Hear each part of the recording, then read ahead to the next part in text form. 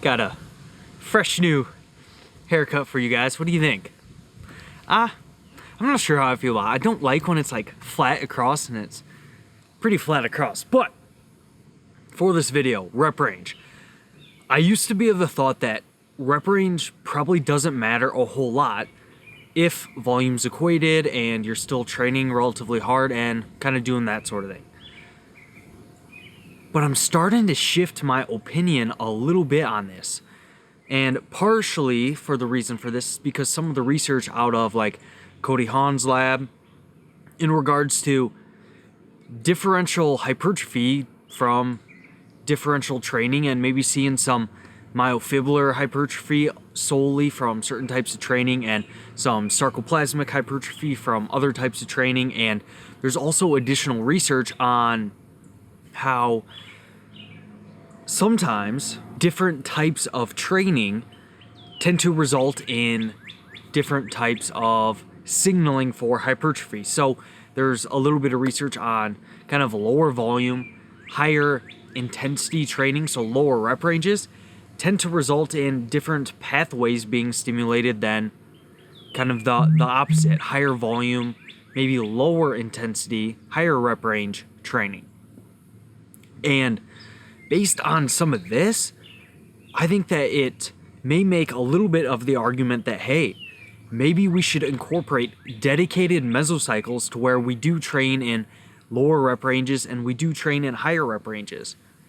And that kind of brings to the question, should you vary your rep range all in a single session, in a training week, or should you have directed mesocycles for certain rep ranges? And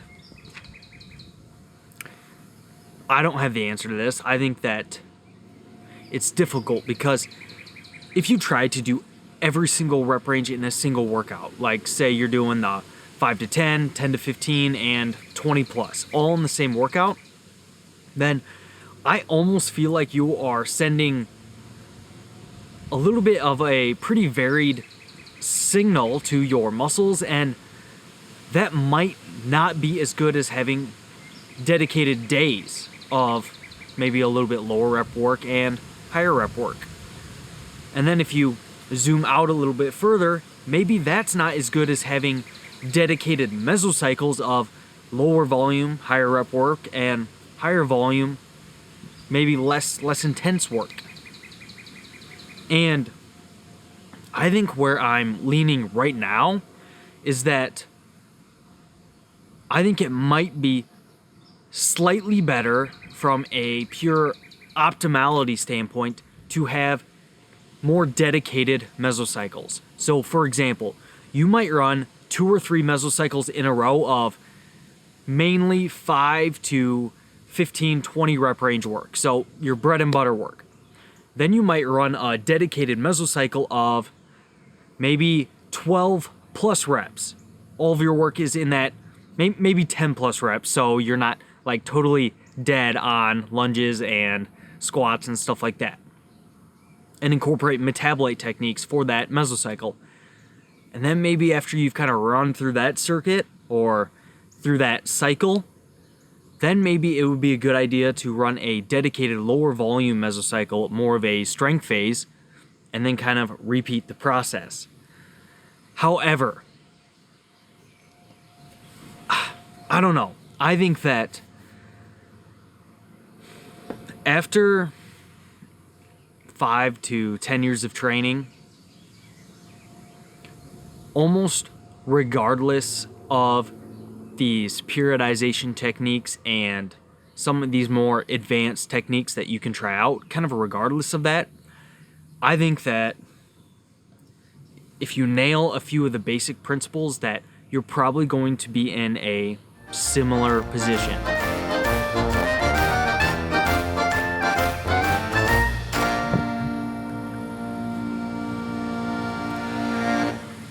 And I think that, of course, you can periodize your training and have these programming techniques and certain things like that to maybe get to where you want to be a little bit faster and maybe potentially increase your genetic potential a little bit. But I do think that at the end of the day, if you're training pretty hard you're applying some sort of progressive overload, you're training with enough volume, and you're generally applying to some principles of hypertrophy training that over the long run, you're probably going to end up in a relatively similar place.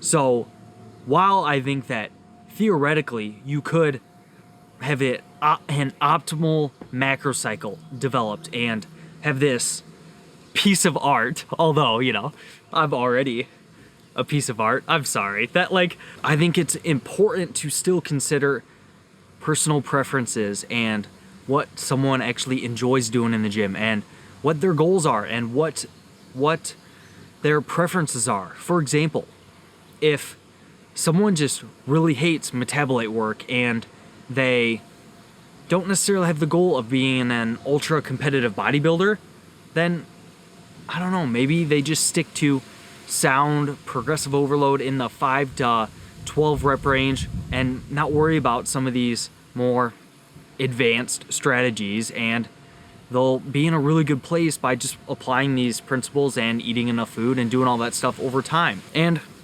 I don't say this to say that I think that you're stuck with your current level of progression or that you should have limiting beliefs on kind of what you can achieve and stuff like that. Like, when I look back at my own progress, I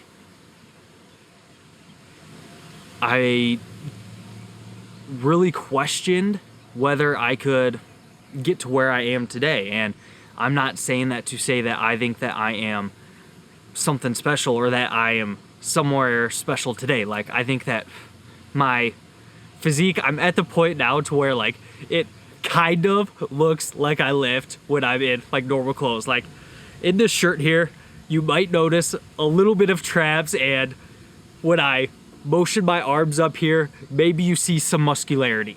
Although, okay, so I work at the WRC, the wellness center at my campus, or at least I did. And I tell you what, man, there was dudes that literally just played basketball and were more jacked than me.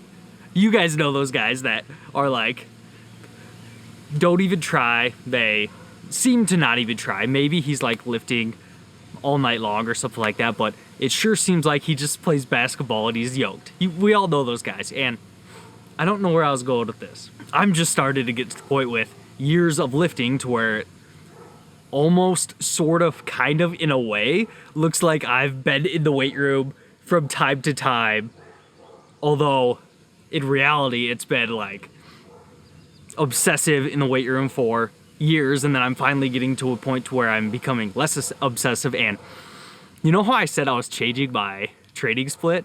Well, we're making another change, and I'll have to go over why I'm making this decision and why I'm making such a quick decision. And I already know you guys are thinking, man, Ryan, you're being a program hopper, you're not good at coaching yourself. And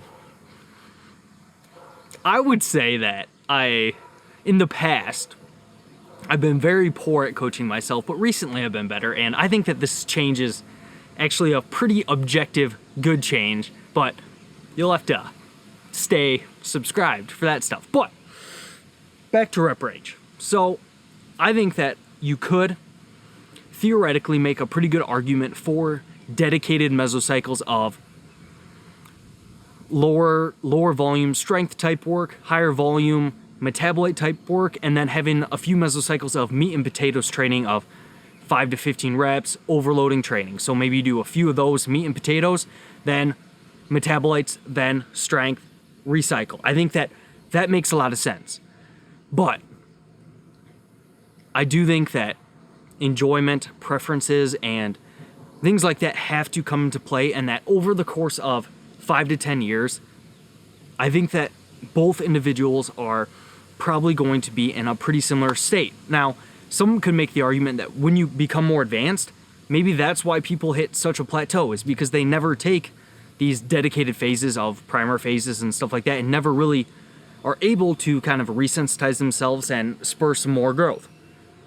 That could be the case, but I don't know, it depends on what your goals are. I think that if you're trying to be an advanced ultra competitive bodybuilder, then once you get to a certain level of muscularity, that these phases and this phasic approach to your rep range makes more sense.